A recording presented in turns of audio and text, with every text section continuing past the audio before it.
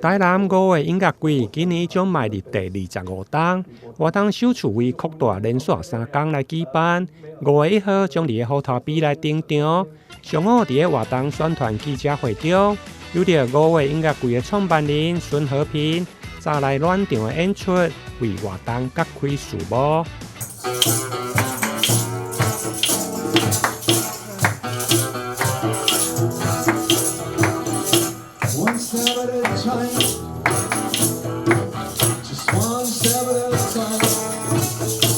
今年將邀請39組來自國內外優秀樂團來輪番演出，曲風橫跨搖滾、爵士、藍調、甲着雷鬼等多元的類型。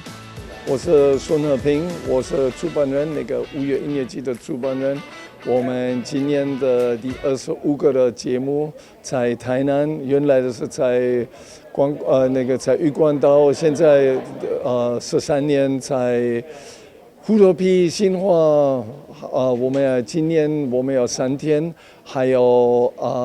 29個樂團，我們有菲律賓的，我們有老外的，原住民的和台灣的樂團，他們都彈他們的創作音樂。我們要保護我們的個性，我們的台灣的風格，所以這是5月音樂季的目標。現場出席的包括市府副秘書長徐建林、西拉雅國家風景區的處長、觀光旅遊局長、民意代表，甲着旅遊相關的工協會攏到場，為活動來宣傳。我想5月是一個感恩的季節，那5月的第2禮拜就是母親節嘛，那很清楚，在5月，尤其是在5月的虎頭埤這個阿勃勒花開，然後再加上我們的音樂季，由 ESO 來主辦這個音樂季那我想在這個5月，在台南的新化的虎頭埤來這邊聽音樂，然後賞花，來健走，非常的讓人愉悅